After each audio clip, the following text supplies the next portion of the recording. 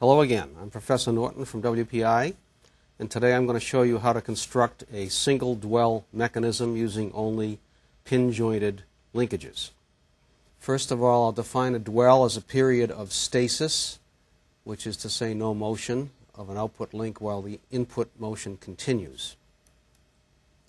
These are very commonly used in various kinds of machinery, either to allow the loading or delivery of a part. You want to keep the end effector stationary for a short time, or to allow other events to complete in the cycle. The easiest way to achieve a dwell is with a cam and follower, and its dwell can be exact. And in fact, most, if not all, of the applications that you typically see in machinery do in fact use cams and followers. You might wonder why we're bothering with this. Well, I think it's useful for you as a kinematician to understand that you can get a dwell from a linkage with no cam joint, which has some advantages. But unfortunately, you can't get an exact dwell, only an approximate dwell with this approach that I'm going to show you. We are going to have at least 6 links to get a dwell mechanism, a dwell motion. We're going to use a 4-bar linkage as the basic building block, the basic driver, and we'll look for a Grashof 4-bar with a coupler curve of a particular shape, and we'll make that drive an output dyad, or 2 more links, giving us the 6 links, and then we'll end up with a Stevenson 6-bar when we're done. And we're going to be looking for a coupler curve that has either an approximate circular arc segment or an approximate straight line segment. Now, you should know from your readings or from viewing the tape on coupler curves as part of this sequence that you can get approximate straight lines with a 4-bar, but you can't get an exact straight line. You can also get approximate circular arcs, and in fact you can get an exact circular arc at certain coupler points, but those will not be of value to us here. There are 2 methods shown in the book, one of which uses the circular arc and the other the straight line. I'm just going to use the circular arc here. And we need that arc or line piece of the coupler curve to be of sufficient duration in terms of the input crank angle to satisfy our dwell. So if we wanted 60 degrees worth of dwell, we'd need 60 degrees of motion of the crank of our Grashof linkage to give us the circular arc portion. That should become more clear when I do an example shortly. This is a figure from your book and shows the approach. So I'm giving you a little preview of what I'm going to do momentarily in actual construction here. Here's a Grashof 4-bar, which generates this coupler curve, and it has a portion which is approximately arc-shaped, and that portion, shaded here, represents a certain rotation angle on the part of the crank, let's say 60 degrees. We're going to take that coupler curve and use that point, P, to drive another pair of links, the so-called output dyad, and those are shown over here. So in this diagram, the 3 moving links that are generating that coupler curve have been removed from the picture so as not to clutter things up, and you're looking only at the coupler curve generated by this linkage over here, and that portion of the curve which is arc-like is outlined in red. So if we can find the center of that approximate arc, which is down here at D, we can do that with some simple construction. If we then place a link from P to D, I think you can picture that as this end of the black link labeled 5 moves along the arc, this end D wouldn't move at all if that were a perfect arc, and it'll move only a slight amount if this is an approximate arc. So that's the trick. We're going to get this end of D to be more or less stationary while the other end at P traverses this part of the curve. But when P continues around this part of the curve, D will move down to some new location. So if we attach a 6th link, here labeled link 6, with some pivot of convenient choice, some convenient location, I can end up with some kind of a swing motion on the part of link 6, which will occur only during the time that this point P, which is the end of link 5, is not on the arc. That is to say, when it moves from here back around to there. That's the strategy. So I'm going to do an example, and the example I'm going to do will have the requirement that we have an output motion of a rotating link with a total angular displacement of 22 degrees, And we want this to dwell for 90 degrees of input to the constant speed driving crank into the Grashof 4-bar stage. So here's our strategy. This sums up what I just described on those two diagrams. We're going to try a circular arc coupler curve. This I hadn't mentioned before. Symmetrical coupler curves tend to have good pseudo-arcs because arcs are inherently symmetrical. So we'll use symmetrical coupler curves as a means to find our arc-type motion. So the first step in the procedure will be to find a suitable Grashof linkage that has a pseudo-arc in the coupler curve that lasts for at least 90 degrees of crank motion of that linkage. The second step will be to construct the output dyad that generates that required 22 degrees of rotation for this example and also have the required dwell. This is another figure from your book which shows the geometry of a so-called symmetrical coupler curve linkage. And what makes it a symmetrical coupler curve, which by the way is defined as being mirror symmetric about a line from the coupler point when the crank is in this position at 180 degrees back to the fixed pivot of the rocker link. This is a Grashof crank rocker here. It says crank, coupler, rocker, ground link. What makes it a symmetrical curve is the fact that the length of the rocker is the same as the length of the pin-to-pin distance on the coupler, which here is labeled AB, and is also the same as the length B to P, which is the coupler point, this so-called BP vector. So this line, and this line are all the same length. And with that constraint, you'll have a symmetrical coupler curve. This angle gamma, which is measured at the link 4 end of link 3, is another parameter that will determine the shape of the coupler curve. But we can vary gamma over its possible range, and we'll always have a symmetrical curve, provided these link lengths are as described. So we're going to use that trick to find ourselves a curve. Now this table is also in your text. It's figure 321A. And this shows a slice of a three-dimensional matrix of these symmetrical coupler curves. And these were generated by Professor Sridhar Kota of University of Michigan in his PhD thesis that he did at Minnesota quite some years ago now. And this is a handy table that gives us some hint as to what shape curve we can expect with particular ratios. Here are the ratios L3 over L2, L4 over L2, and BP over L2. And if those are all the same, we'll have a symmetrical linkage. This table is for a case where L1 over L2 is a particular ratio, namely 2. In other words, the ground link is twice as long as the crank. And these ratios would apply to all the other three lengths in question. Class 1, you may recall, means it's Grashof. Class 3 would be special case Grashof. I want to avoid the special case. So I'm going to look in this section of this chart, and I'm looking for circular arc type curves. Well, I notice that over here on the left, that looks sort of circular on the back side of that. So does this, so does this, so does this. For that matter, so does that. But this looks like a better candidate.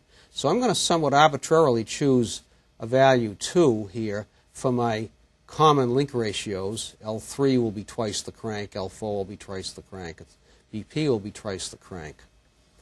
And that will define my linkage geometry. And then I can play around with the gamma.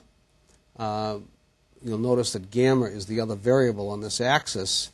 And if these two look promising, I could perhaps take a gamma someplace between 36 and 72. So that's how I'm going to get my starting point. So here's the same diagram we saw before, and this is going to record what I'm choosing from that chart that we looked at a moment ago. So my L1 over L2 will be 2, as will all the other ratios of my particular links. And I'm going to choose an L2 of 1.5 inches. And I'm going to choose a gamma of 60 degrees. I should make that choice somewhat arbitrarily. That will give me an equilateral triangle, which will be itself symmetrical in the coupler plane. That is, it will look like this, with an angle of 60 degrees in the corner. So let's do that. I'm going to take this linkage dimension information into program 4-bar, which I'll do now, and type in those data. So here I am in program 4-bar. I've already done this to save some time. So we have my 1.5 inch crank, 3 inches for all the other links, link 3, link 4, and link 1 is at 3 inches long down here. And the distance to the coupler point is also 3 inches, and I've got an angle of 60 degrees. Now you might wonder why it's minus 60. I'll show you that in a second. All right, so here's the linkage. And I can articulate that linkage in the program. I can move that around so see that that does go around the curve. In fact, I can go to the animate screen and I can run this. If you've played with this program or seen the tape on 4-bar, you should know how to use this. So here is my circle arc, my pseudo arc, if you will, is on the back side of this curve. And that's the portion I'm going to use. And I said that I wanted to have 90 degrees worth of dwell. Well, I'm starting here at minus 45, and if I run that minus 45 to 0, and then up to plus 45, if you look at this number down here, you see where I am at theta 2. So I'm going to go one more increment to 45. So from there to the start point looks pretty much like a circle arc. So I'm going to try this curve and see what I can make of it. So my next step then, having satisfied myself that this looks like what I want, is I printed this out. And to do that, I did an Alt print screen key combo, and I pasted it into Microsoft Word, and then I printed that out, and I took it to a Xerox machine, and I blew it up 3 or 4 times in order to get it to a size that I could work on. So that's what I have in front of me on this piece of paper.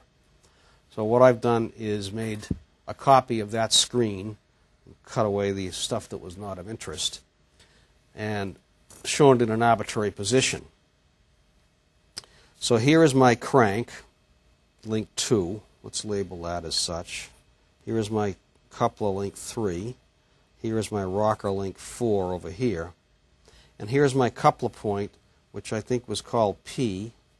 Let's put a P on that. And I think this was called A, and this was called B in those diagrams that we looked at a moment ago. And here's my coupler curve, and I've put the coupler curve points on in the diagram. I didn't do that when I ran 4-bar, but it's just a switch that you can turn on to draw these little circles, and those are at every 5 degrees. The little line indicates the angle of the coupler at that point, which I don't really care about at this point. Okay, so it turns out that 0 degrees on the crank happens to be here at this point. And I'm going to label these minus 5, minus 10. Oh, I'm sorry. I'm remembering wrong. I did these every 10 degrees, not every 5 degrees. So that's minus 10. And that's minus 20. And that's minus 30, minus 40, and minus 50.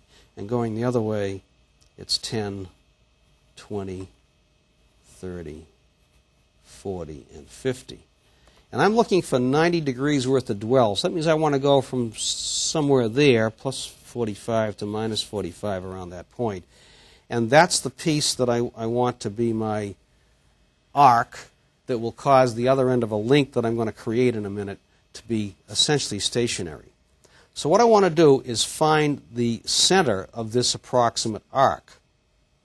Now you may recall that it's very easy to find the center of an arc if you can construct some perpendicular bisectors. So what I'm going to do is draw a couple of chords. And to get some reasonable accuracy, I'm going to go from the 0 degree to the 40 degree crank angle there. And I'll do the same on the other side. Go from the 0 to the 40. So now what I've done is constructed chords along the arc. And now with a compass, I can draw perpendicular bisectors of each of these lines. And when I extend those bisectors, their intersection is going to be the center of at least that arc, if it is truly an arc.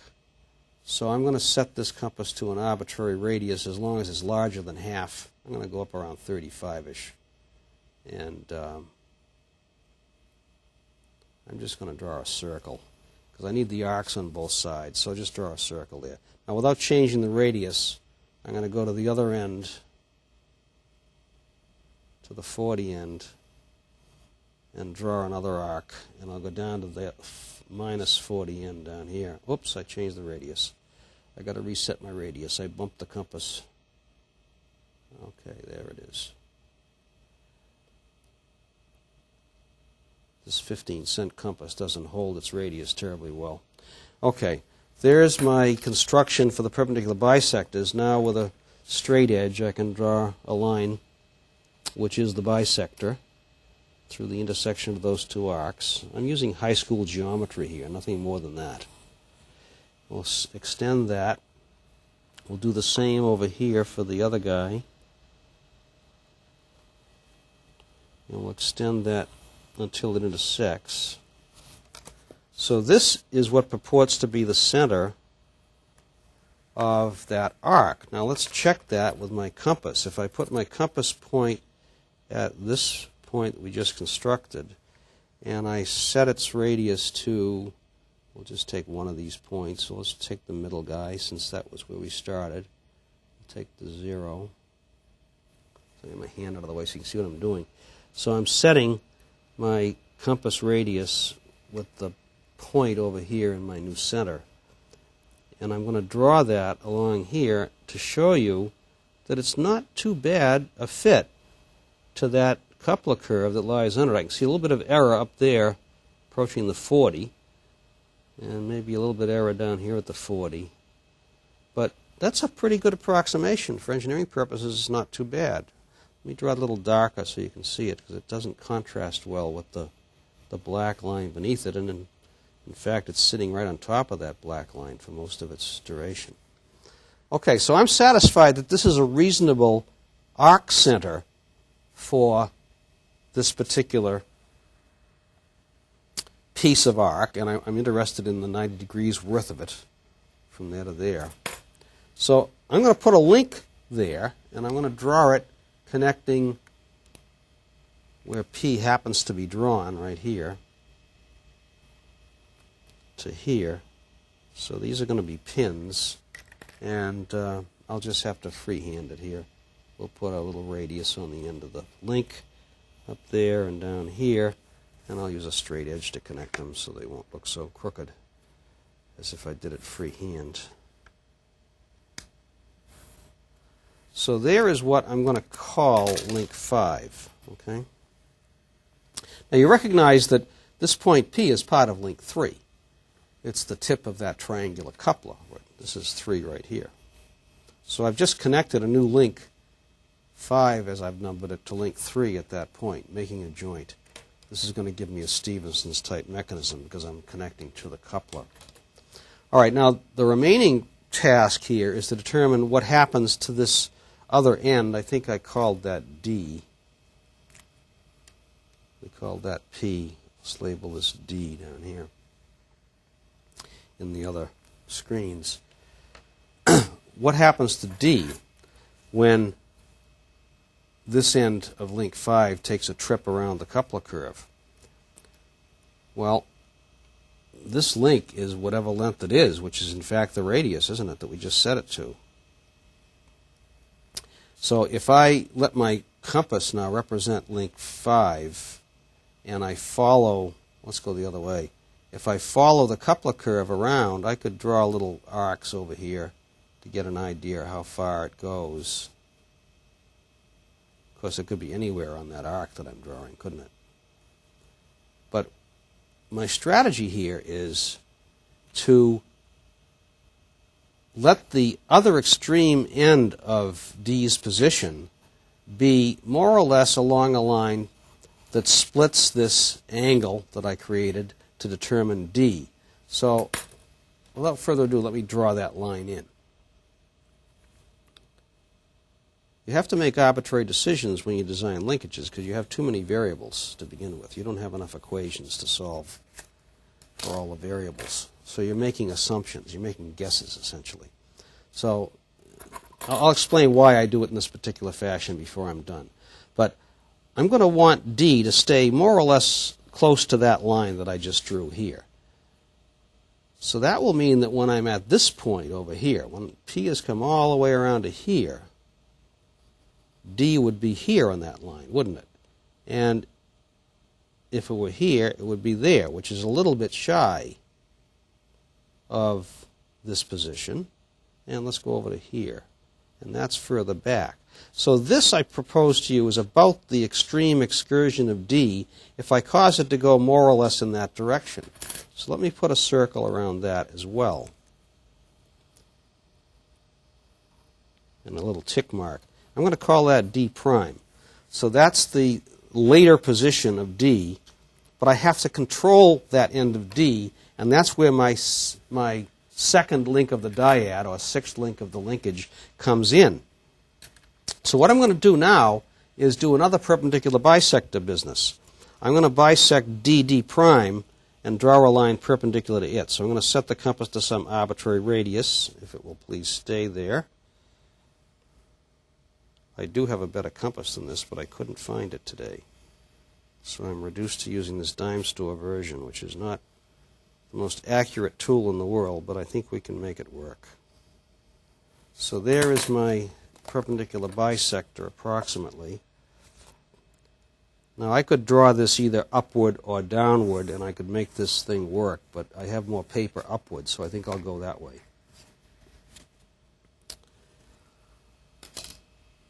Now, what I want to do is create another link. I'm going to let my pencil represent the link to give you a little hint as to what's to come here.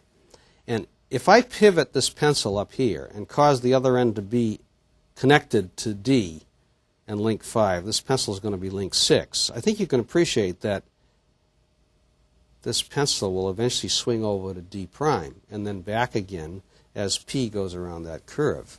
And the real magic of this is that while P is traversing this arc portion, arc in quotes, D will be essentially stationary. So that will be my dwell. So this link should stay pretty much stationary here. And once I get off that arc and start to come around the corner, it's going to go fairly rapidly over to there and then back again. So the other piece of the problem statement that I chose for this was that this output link, which is the one I'm representing with the pencil, should go through an angle of 22 degrees. So how do I figure that out? Well, it means I want to pick a pivot up here someplace that will, perhaps you could zoom out a little bit and I can show them that a little bit better, because my pivot's going to be up here. So I want to pick a pivot such that this angle that I'm rotating this through is 22 degrees. Well, I can use a little trigonometry to figure that out. So if I go to my diagram here and measure the distance from D to D prime, which, by the way, should be obvious is the same as the distance across the curve up there, because how did I get that? I put my compass at the other end and drew the same length down to here. But either place you measure it, you'll get the same result. I get about 1.8 inches. So I'm going to record that up here. D prime is equal to 1.8 inches. Now let me draw a little diagram offline here. I'm trying to find a pivot up here someplace. And I want that pivot to be such that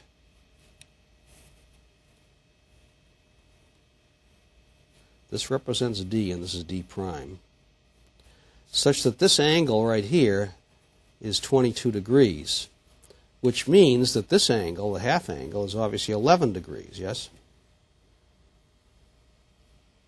Let's darken that in a little bit.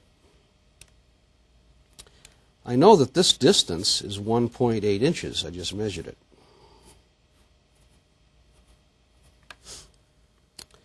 This is the perpendicular bisector, so this distance in here is 0.9 inches approximately. So I can solve this triangle. I want to find this distance, let me call it y arbitrarily, and I can get that from the tangent of 11 degrees. So y is going to be equal to this leg, 0.9, divided by the tangent of 11 degrees. And if I punch up my calculator, I'm going to find out that the tangent of 11 degrees is 0.1944. and that gives me a y of 4.63 inches approximately to do decimal places, which is about the best accuracy I can do with a ruler of this sort. So that's about 4 5/8, so I'll call it that. So if I put my ruler on my perpendicular bisector now, there's 4 5/8, and I strike that off, I now have a fixed pivot for link 6, which I'll represent with that notation. And I can now draw my link 6 in this position. It's going to be fastened down here to link 5 at D. Again, I'll have to freehand the end of it here. Actually, I don't think I want to end it there. I want to extend it, so I'll change that in a second. Down to here and back up to there. Now, actually, you might want to extend this guy up here someplace. To let this be the end effector, I can let that be my link that does the work, if you will. But now, let's see what happens. This link 6, let me label that 6, is going to swing from here to D prime over here. Let's draw that a little bit further.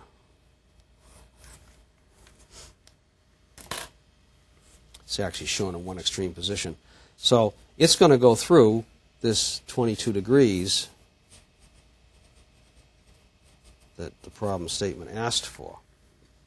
At this point, I have my linkage design. All I have to do is grab some other data from it. I need to know where this pivot, which we're going to call 06, is, because that has come out in the wash in the process of this construction. So I can just take my rule and sit it on here and read that off. Gee, it happens to be 4 5/8. That's interesting. I didn't plan it that way, but that's just about what it came out. So here we have an x dimension.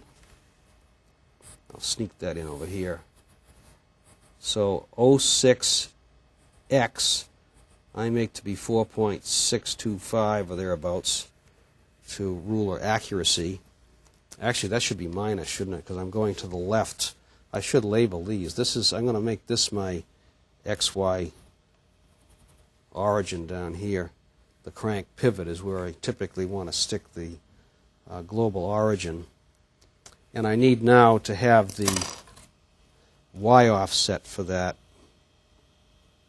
So we'll just extend my x-axis over here and put the ruler on it again. And that's about 4.5. So 4.5 inches. So that I would call 06Y, and that's positive. So it's to the left 4.625 and up 4.5 to that pivot. Now I need the link length as well. This link length of link 5 turns out to be pretty close to 4.25 inches. Let's call it that. So that's 4.25 inches. And we already figured out the length of this guy, I think, did we not? No, we didn't get that. We got the Y dimension.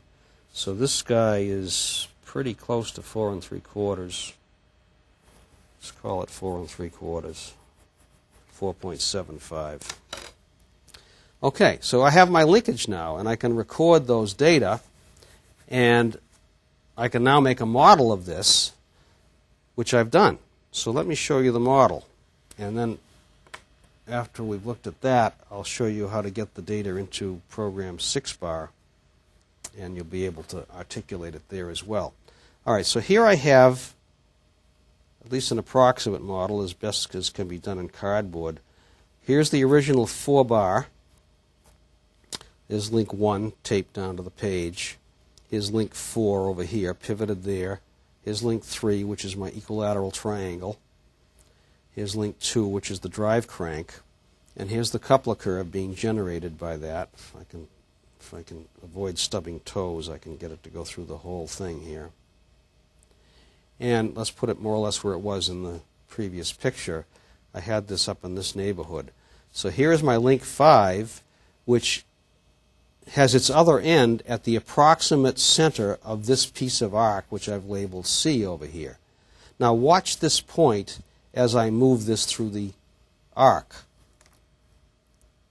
And you'll see that it does not move very much. It's not dead still, because, again, this is not an exact arc. So there's a little bit of motion. But now as it comes around the corner, notice that it moves a lot, and that takes link 6, which is this guy over here, from its original position where it was dwelling over to here, where you see the mark. I'll do that again. So if you focus your attention on link 6, if you look at it with respect to those dots, it should be moving. If I can do this without stubbing toes. Now it's over at the dwell position, and it should be staying fairly still because I'm on the curved part, the arc part of the coupler curve. And now it should start back in its motion. It's at the extreme about there.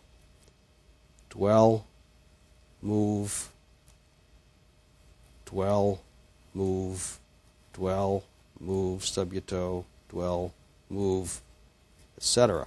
Okay? So that should give you a little sense of what we have created in the form of this dwell mechanism. Some disadvantages of this approach as opposed to a cam and follower are that A, it's not an exact dwell. B, to get this little bit of 22-degree motion over here, I have a fairly big package of fairly long links, so it may be difficult to package this.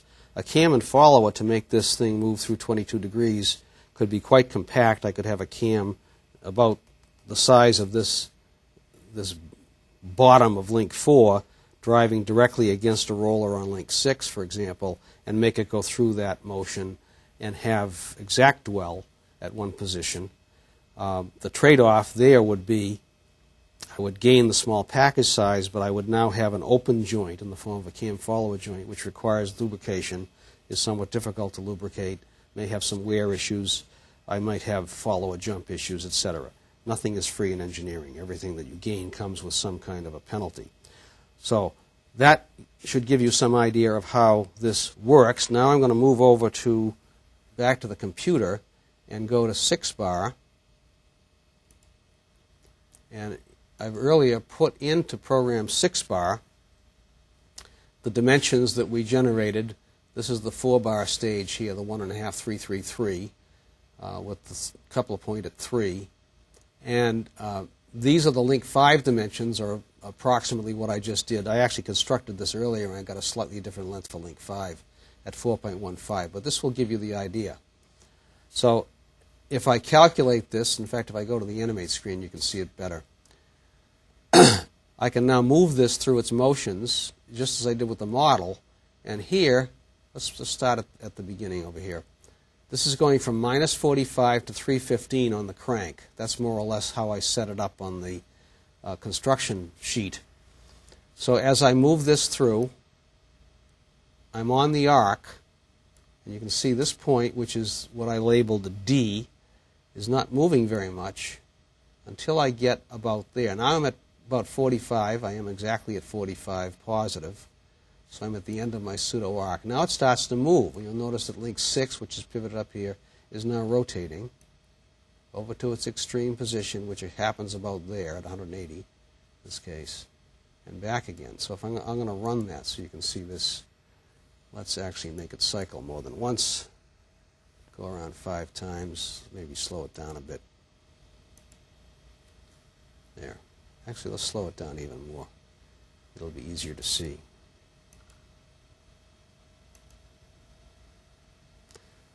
Now, you watch that. You can see the hesitation when link 6 gets over to this right-hand side. Make it 10 revolutions. So when it gets to this position, you can see it hesitate, and that should dwell. So I hope that gives you some idea as to how to construct a dwell mechanism, at least of this variety. It's called a single dwell. It's possible also to create double dwell motions. I show you how to do that in the book. Requires a curve with 2 circle arc pieces. Or there are some alternative methods using straight line sections of curves. In any event, this should give you some idea as to how to approach that design problem. Thank you.